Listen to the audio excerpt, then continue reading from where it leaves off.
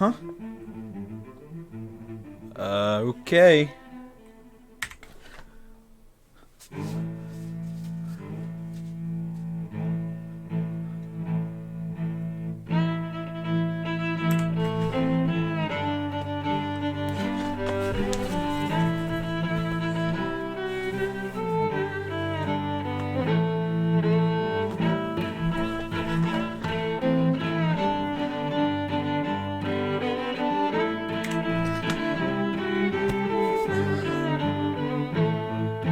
Arrrrrggggggghhhhhh.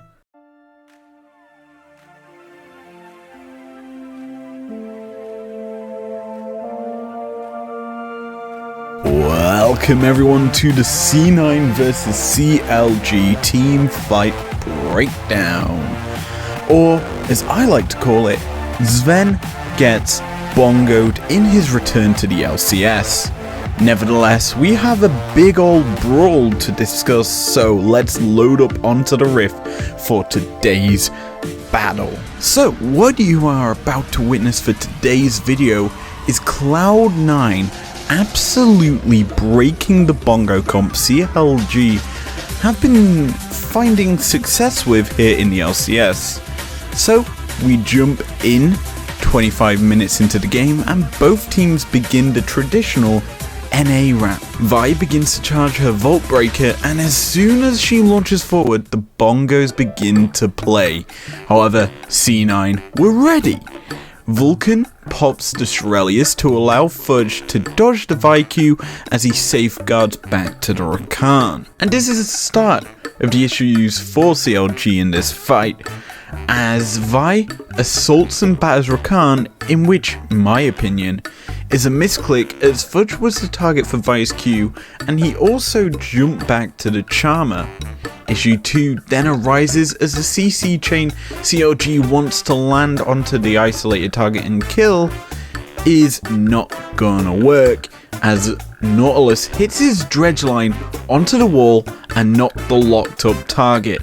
As such, Rakan is able to immediately jump back to Xayah, and CLG have basically expended all their ultimates as Nautilus, Kled and Vi all use their ults on the Rakan. What's more, Galio uses his heroic entrance a tad too late, as CLG have all decided to back away from C9, who are ready to turn the fight.